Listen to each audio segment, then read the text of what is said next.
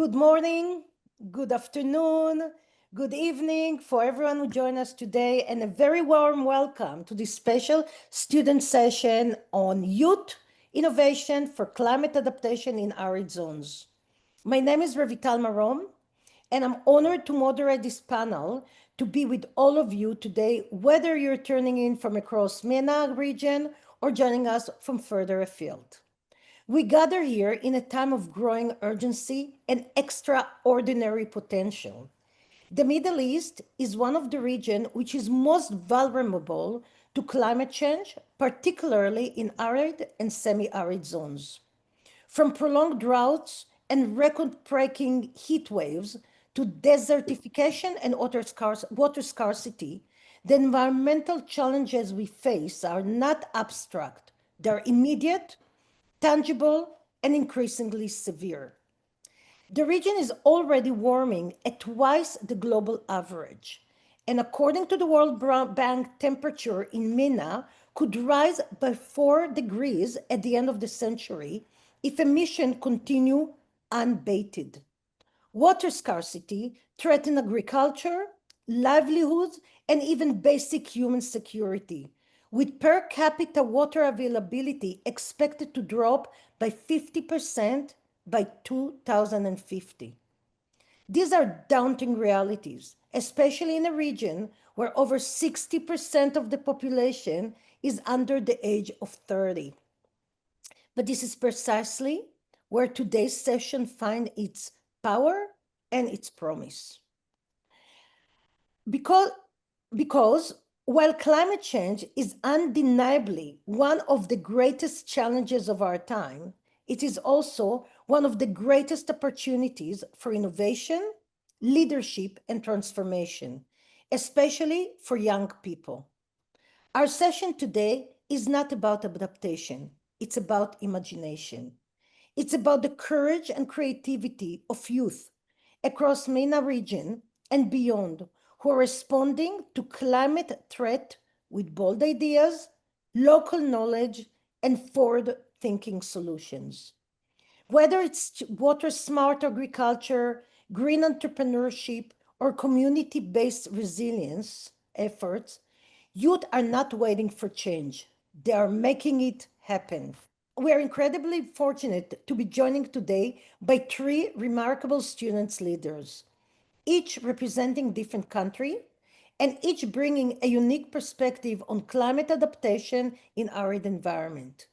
They will share not only the challenges they see, but also the innovation they are pioneering in classroom, in research lab, community, and through collaboration.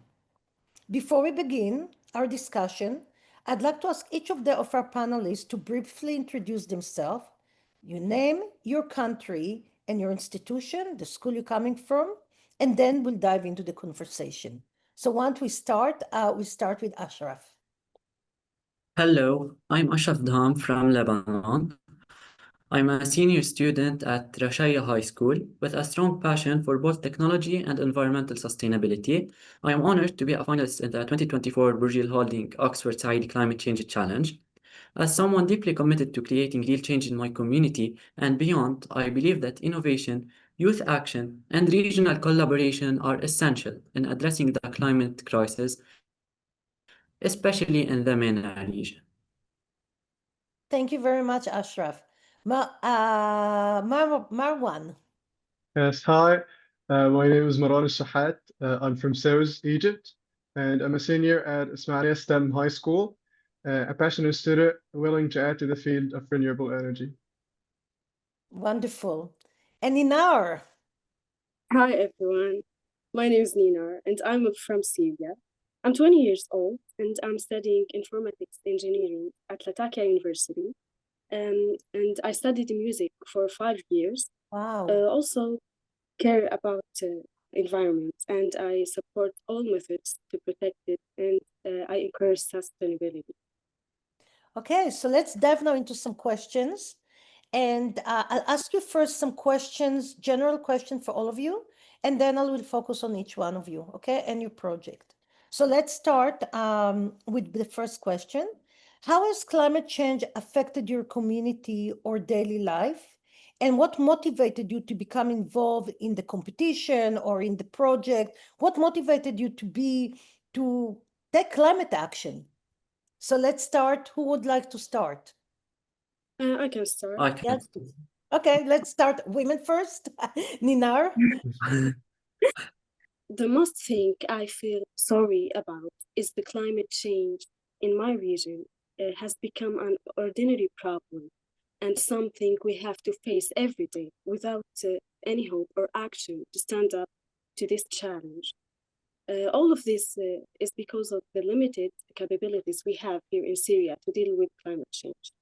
So, but basically, for the last few years, the main issue that has affected our daily lives in Syria is water security due to the extreme heat waves. Because of that, and many other reasons, such as poor management, we were struggling until today with water outage. This has negatively affected crops in general, and crops which require cooler temperatures up in the mountain. So, as the consumers, we have been directly affected by these problems. But I think that the greater impact that is on farmers. And I know many realistic examples of farmers on my countryside that their work has become very worse because of these problems. So all of these things are clear messages alerting us that we must start being more conscious and responsible for our planet and its integrity. Thank you very much, Marwan. And you can talk about what others say, so you can refer to it. So Marwan, please. Okay, yeah, so actually my school is in a semi-arid area. So the impact of climate change has been crucial during my high school years. The rising temperatures was the main thing that we and my fellows felt at school. And so that what put us in the position of having to take action or take climate action. And our school curriculum depends on making projects every term, capstone projects. And the grand challenges we solve at these capstone projects are mainly about the grand challenges that Egypt faces. And it's similar to the global grand challenges. And many of them, of the challenges we face, are related to climate change.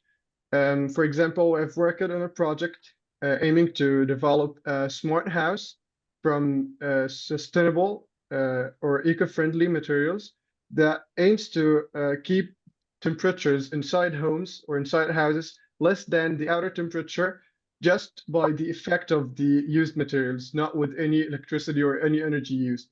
And so that sorts of projects is what we really care about in our school, and that what made me and my colleagues take climate action.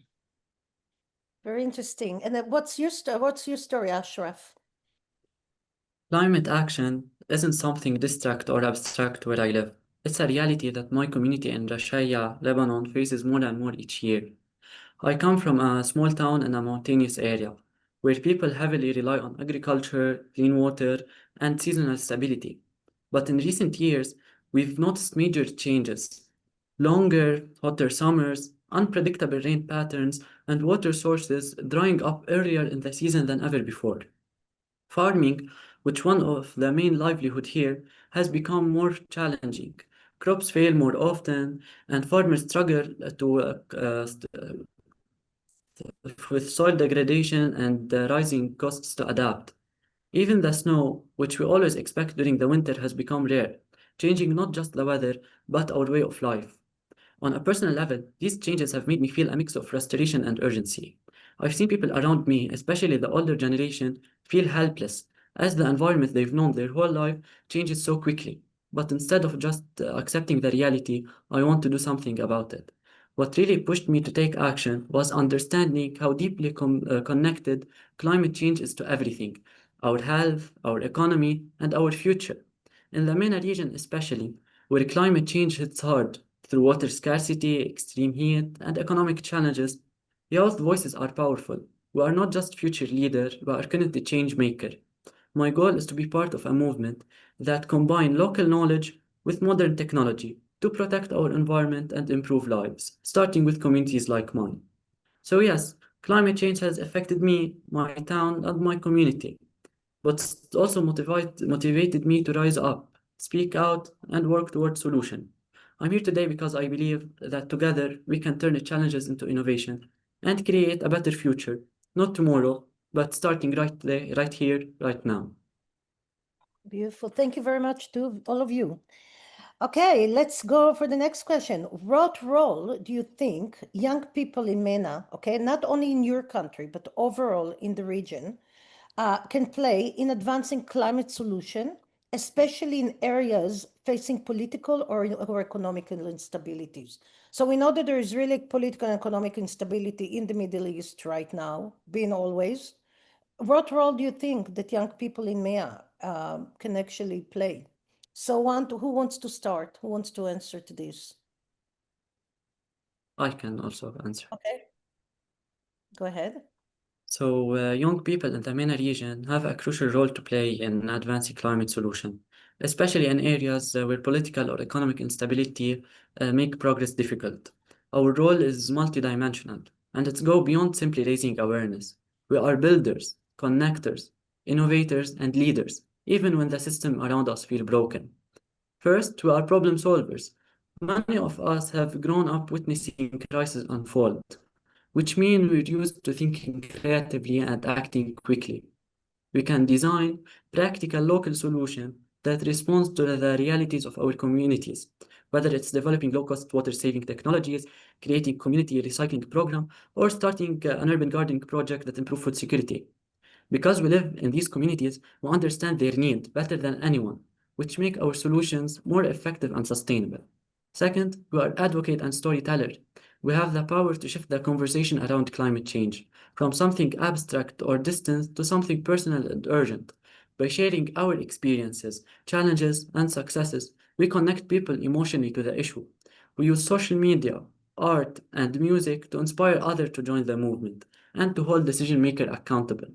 Our voices are powerful because they come from lived experience and hope for a future. Third, we are collaborators. Climate change in the MENA is a complex challenge that cuts across borders. Youth in the MENA are building network that connect schools, universities, NGOs, and even local governments. These networks help us share resources, knowledge, and skills, creating a stronger, united front. We also collaborate across generation, bringing fresh idea to the table while learning from the wisdom of the elder. Finally, young people are innovator and entrepreneur.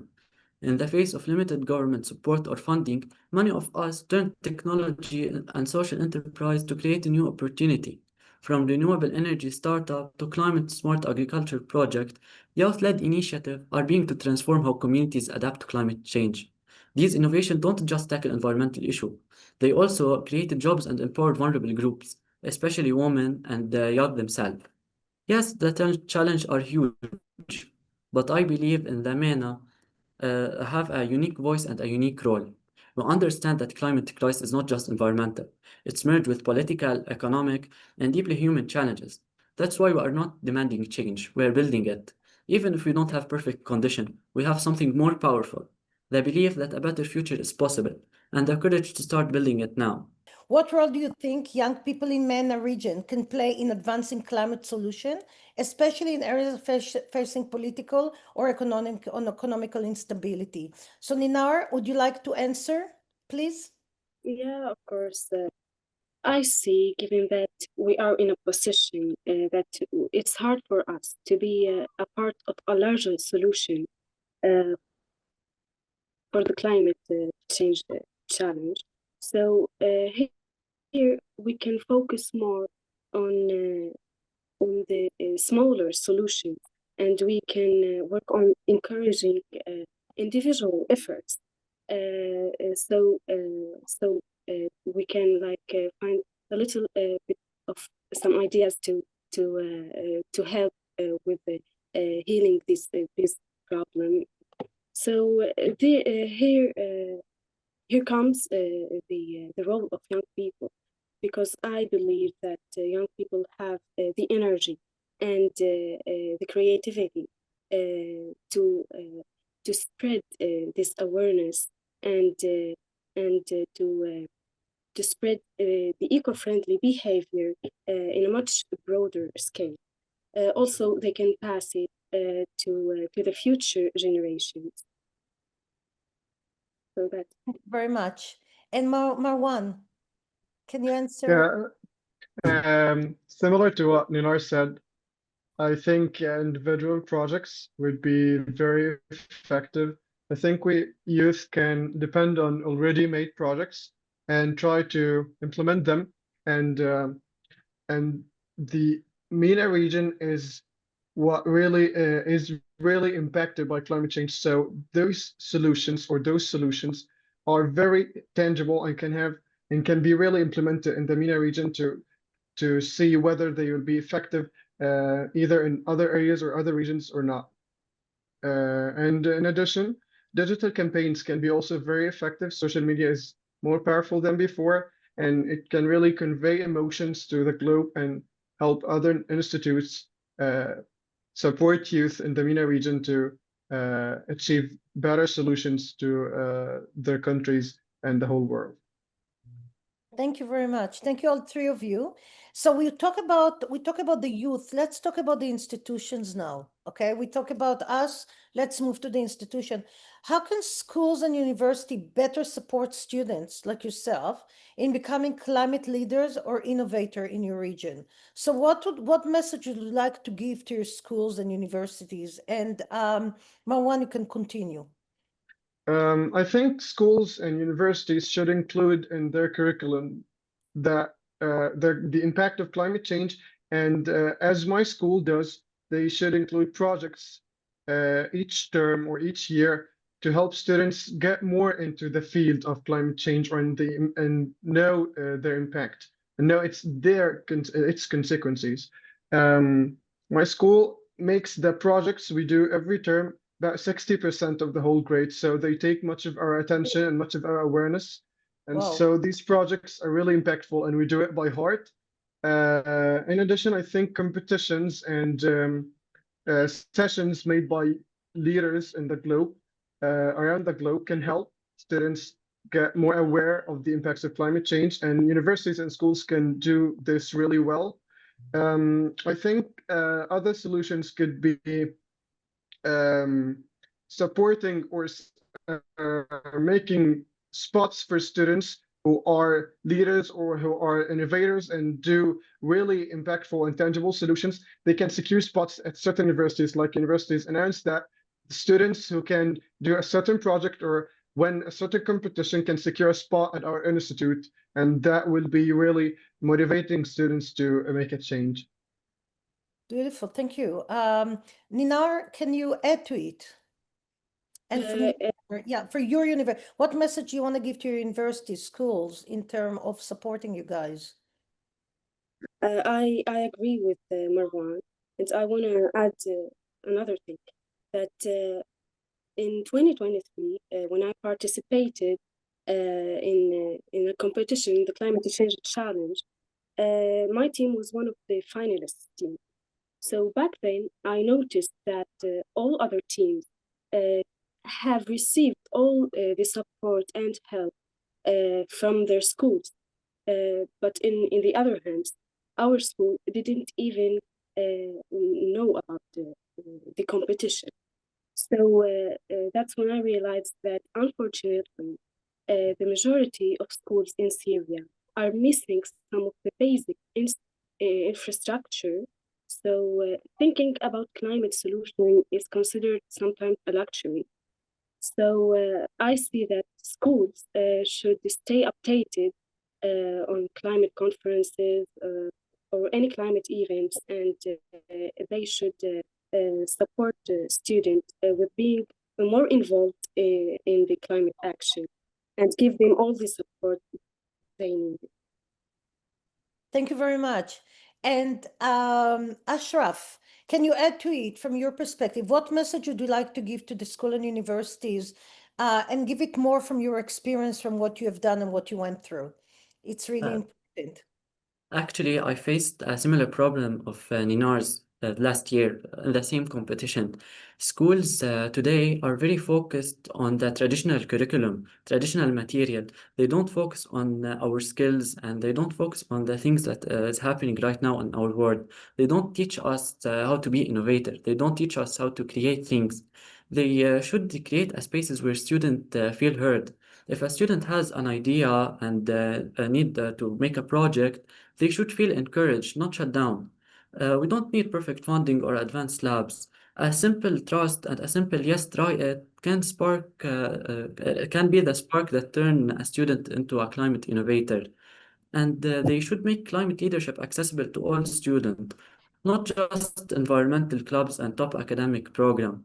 Every student can contribute, whether through art, tech, business, or education. Climate action is for all of us. Actually, from my experience, when we built a STEAM lab in my school, we didn't just learn about climate issue. We built solutions. We designed things and experimented with eco-friendly technology. That kind of experience stayed with me. It teach me innovation that isn't something far away. It can happen right here in our maker spaces with our own hand. We just need more practical hands-on learning, and we just need the trust to be a potential change makers. Excellent. Thank you very, very much. So I'm going to ask you question for each of you, for your context, where you're from. And I would like very much that you bring it to yourself, to your environment, in your words, okay? Because it's very important. The way we can reach people is through our own words. So, and your own personal story, which I really love what you said right now about, like the message you're giving to the institutions. I think it's very, very important. Thank you very much. So, Ashraf, I'll continue with you. We all know that Lebanon has faced multiple crises in recent years, many crises, multiple and multiple. How has that shaped climate awareness among young people? From your experience and from what you saw around you. Yeah, unfortunately, climate awareness among young people doesn't exist in isolation. It's shaped with everything we've been going through, from economic collapse to political instability to recent war and worsening energy and water crisis.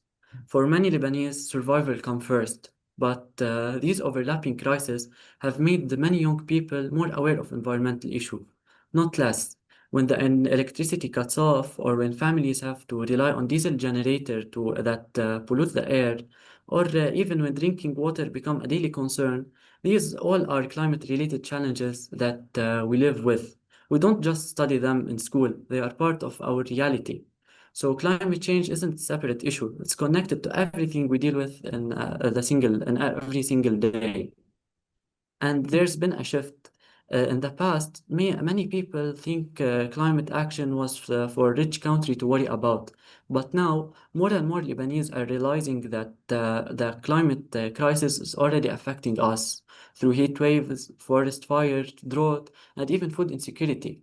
When we talk about rising food prices, water shortages, or garbage mismanagement, we're actually talking about environmental justice. And the amazing part is that in the middle of everything we've been going through, youth Lebanese are organizing, educating, and creating solutions. Whether it's a small community cleanup, awareness campaigns on social media, or climate tech initiative, we're finding ways to make our voices heard. And part of what drives this is that we feel we have to. Because if we wait for someone else to do it, it might be too long. The generation before us, though did their best, have left us a bleeding environment, wounded by pollution, and now it's our duty to heal it, not just for ourselves, but for generation to come after us. And do you see different kind of initiatives around you in your community that are led by youth? Can you talk about it? Yeah, actually, one community-led initiative that truly inspired me is NAFDA. It's a powerful example of how youth, schools, and community can come together to create a real impact, not just environmentally, but also socially. NAFDA is the name of a group of passionate Lebanese citizens who believe in unlocking the hidden potential of school student.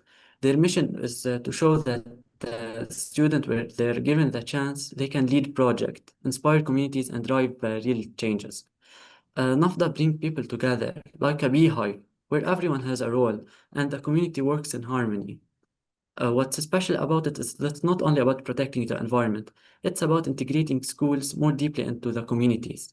For example, in North Lebanon, with support from NAFDA, students who lack financial resources to build a STEAM lab goes and turned to recycling as a creative solution. Guided by the initiative, they collected material from their home and neighborhood, involving their families and even municipalities. NAFDA helped foster this collaboration, turning financial challenges into an opportunity for innovation and unity. Through this process, recycling become not just a waste management, it become powerful tool for education, connection, and change. It also NAFTA doesn't support schools only. Schools became NAFTA. In my own high school, the spirit came to life when, through a collaborative project, where with NAFTA's guidance, we rehabilitated a neglected garden beside our school, and we planted it with aromatic plant. We also introduced beehives, recognizing the essential role bee plays in maintaining ecosystem. We didn't stop there.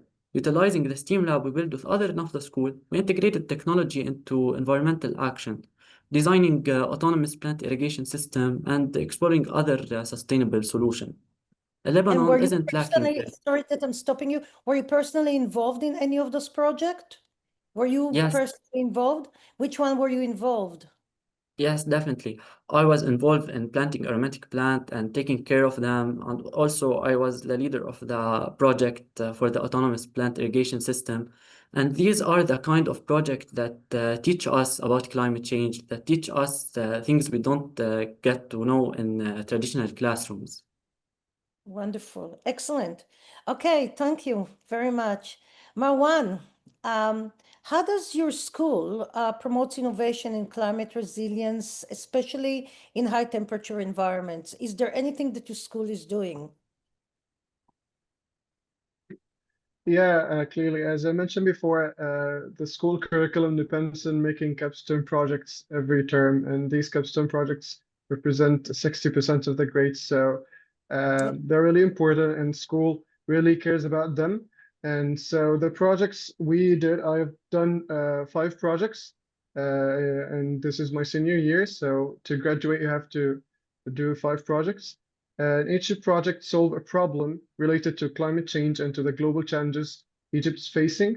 One of them is pollution, and there are a lot of them, but that's just an example. The last one I've worked on was uh, the smart home that is made from eco-friendly materials and that promotes sustainability through decreasing the inside temperature of buildings Oh, wow. without using energy. And that was a really insightful project. And all of these projects are in teams. So students are collaborating with others, with each others, and this increases the collaborative spirit and makes a very thoughtful connection between students. And I think that really arose from the area my school is in and the arid area in Egypt in general, because my school specifically is located in a semi-arid area in Ismailia. And so me and my fellows were really affected by the impacts of rising temperatures in classrooms and outside classrooms in the dorms. And so the projects really felt our hearts. We really felt the impact of the projects. We used them in real lives after implementing them, and uh, the experience on the whole was really insightful. And what's happening with the project next? What are you going to do with it? So you do it Uh, and the school sponsor you to do it, am I right? The school actually sponsor you to do it. yeah, And how are you the going to sustain the project? It sounds really, really very interesting. Yeah, okay, so my school has a lot of branches all over Egypt. There are about 21 branches. I don't think the real number. And so they gather all the projects and sort them out to qualify the most impactful projects out of them. And they are presented to leaders and decision makers in Egypt. For example, my project has stood out, and I had the opportunity to present the project at a STEM ministerial conference. It was organized by USAID and the Ministry of Education in Egypt, and the Minister of Education attended himself, and some other important figures in Egypt, like parliament members and the Minister of Water Resources and the USAID mission director. All of them had the opportunity to see the important projects that our school supported and funded. And then I had a personal experience with one of the organizations, the Arab Industrialization Organization in Egypt. It's a very popular company in Egypt. And I presented the project to one of the decision makers in this institute, and he arranged a meeting for me with the consultant, the research consultant in this company. So the projects are more like motivated or how can I say it? Are more taken by the school. Are more the school is responsible for marketing the projects to other institutions, so students can get the opportunity to present their projects to decision makers and investors, and then the projects can come true. So you're now looking for investors for the project? That's what you're doing? Yes. And you're doing it just internally Yes. in Egypt right now? I've contacted some external investors, but I'm still in the process of making connections and contacting whether the project can be implemented or not. Wow, good luck to you. And could you share for me Thank you. another example of a community-led youth initiative? Sorry. How are young jumped? It was very interesting. I got involved. How are young people in Egypt innovating in sectors like water conservation or renewable energy? So I heard more about what we heard before. It's more has to do with high temperature environments and how we build houses, in those kind of environment. But I want to hear also about water conservation, which is very, very important in light of what I said before, and also the renewable energy. So can you give me some example if you know?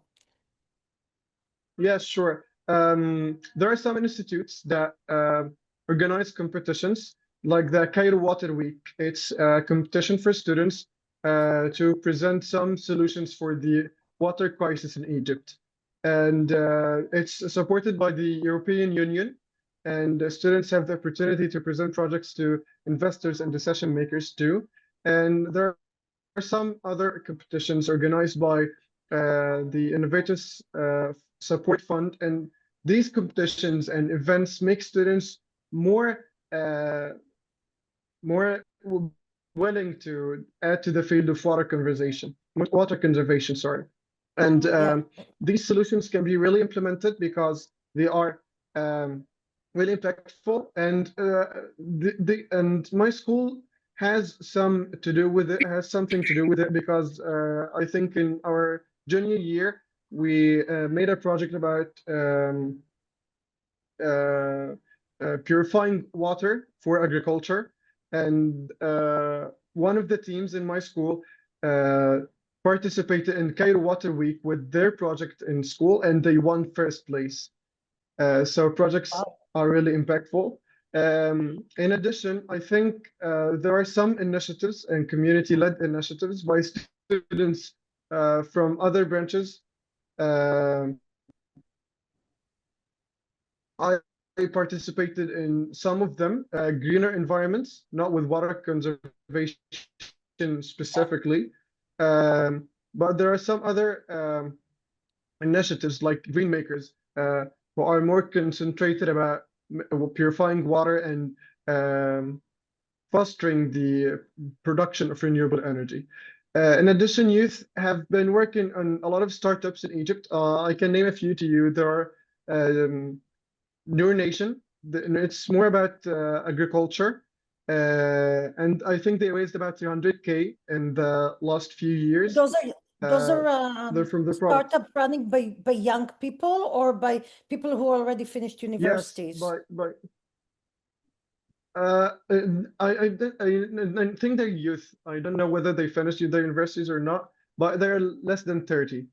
They're less than 30, really? Okay, they're around. So they're, yes. Very impressive. So I can think there's other Exergy, Nur Nation. There's another one, I think its name was Tagaddud. They raised in 10 years about 1.3 million.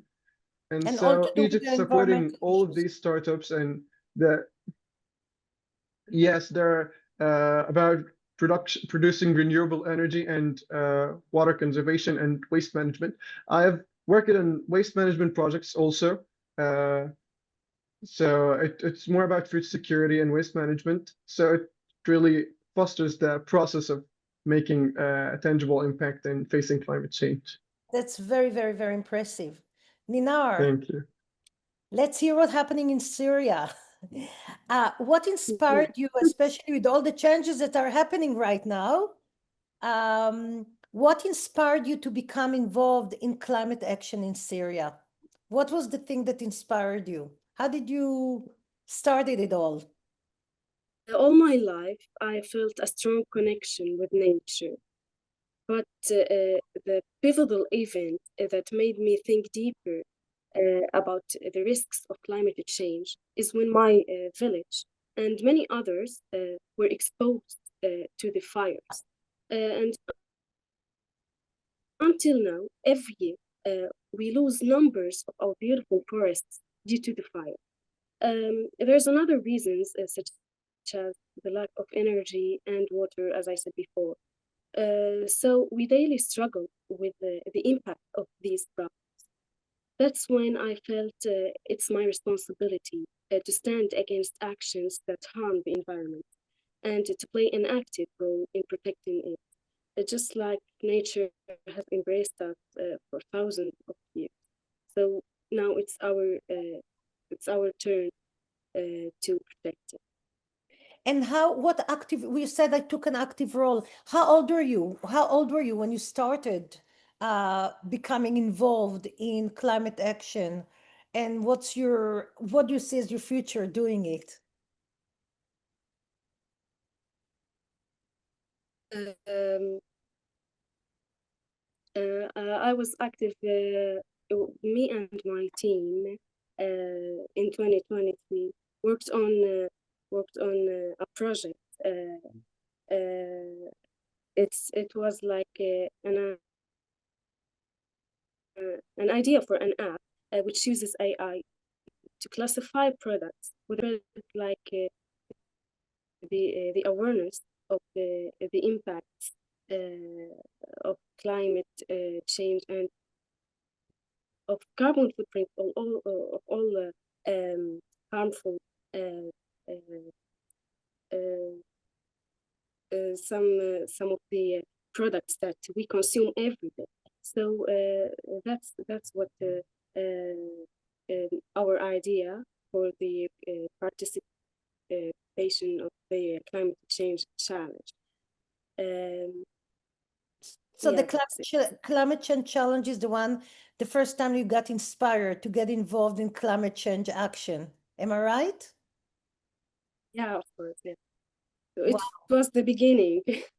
And where are you at now? What is the future for you concerning climate change?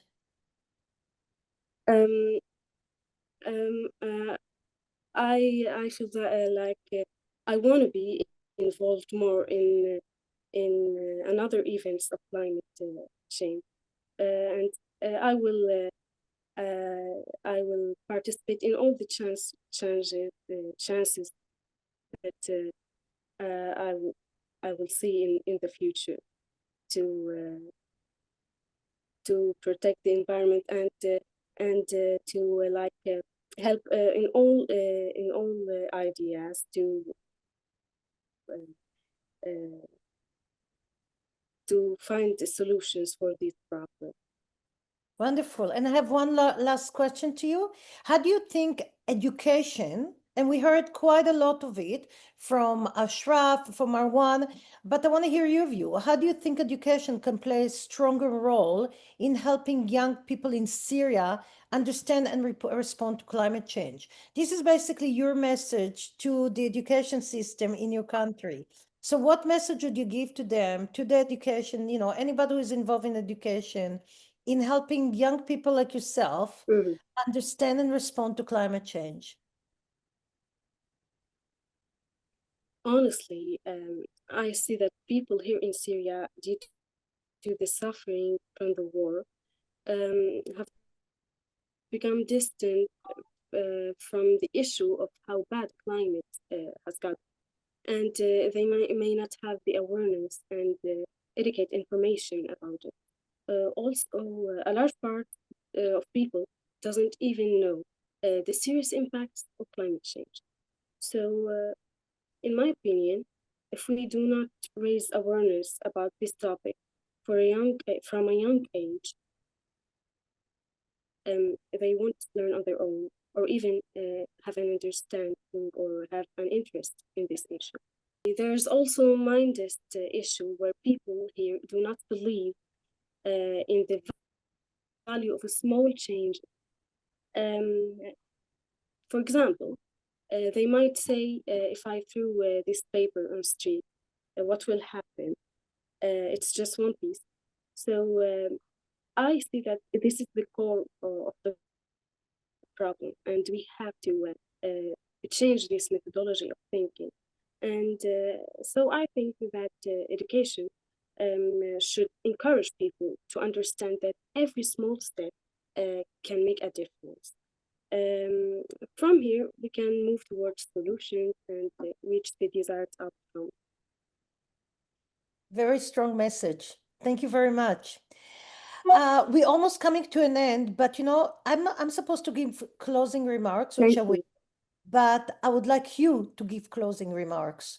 I would like you to give a message to people like yourself, people all over the world who are your age, who are want to deal with climate change, already dealing with climate change.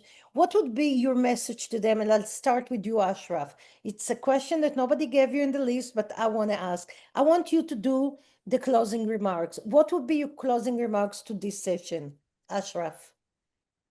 To all youth in the world, don't hesitate to start taking action. Don't be encouraged. Motivate yourself to take the lead, to make project, to improve the world. Every step matter, and everyone with his own skills will benefit this world. Climate action need all of us to work until we find a solution. We are the generation that should make that change to turn this world for the better. Thank you very much. What's your closing, Marwan, after this wonderful conversation that we had? I think youth should put them into a position of action.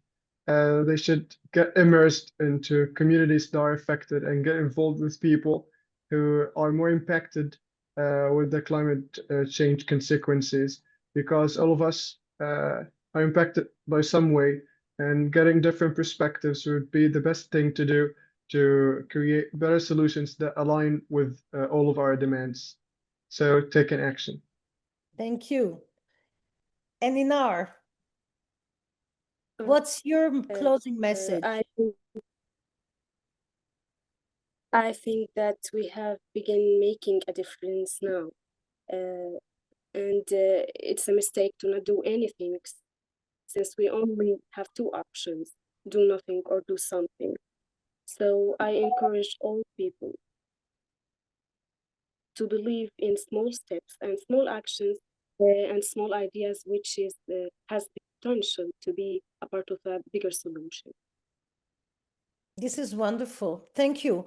Do you have any question for each other, by the way? Anything? Okay, so let me do the closing remarks. So thank you for each of the panelists. You were really, really inspiring. And thank you everyone who joined us for this important conversation. Anyone who joined us from abroad. What we've heard today is a powerful reminder that while the climate crisis presents very grave challenges it's also bring an extraordinary creativity and resilience, especially among young people like those that we spoke to today. From Syria to Lebanon to Egypt, we've seen how youth are not only adapting to harsh realities of life in arid and semi-arid regions, but also reimagining what climate action can look like on the ground, rooted in local knowledge, driven by innovation, and shaped by hope. Each story we heard today, each discussion we had today was different, reflecting the diverse geography, culture, and context of the region, but all shared a common thread, a determination to act and a belief that change is possible. Because the truth is, climate change has no borders. It impacts ripple across countries, communities, and generations. And that's why our response must also transcend borders, grounded in solidarity, fueled by collaboration, and driven by a shared sense of urgency, as we heard today. Adaptation isn't about enduring the future, it's about shaping it. And young people like you guys today are showing us how, with courage, with creativity, and with an unshakable commitment to build a more resilient world for all of us. Let us carry their voices forwards, or not just in this forum or in this discussion, but in a very Let us carry their voices forward, not just in this forum, but in every space where decisions are made and action are being taken. Thank you all again. Thank the panelists. Thank you for everybody that joined us. And please continue to listen, to learn, and above all, to act. Thank you very much. Akbar shukran. Thank you.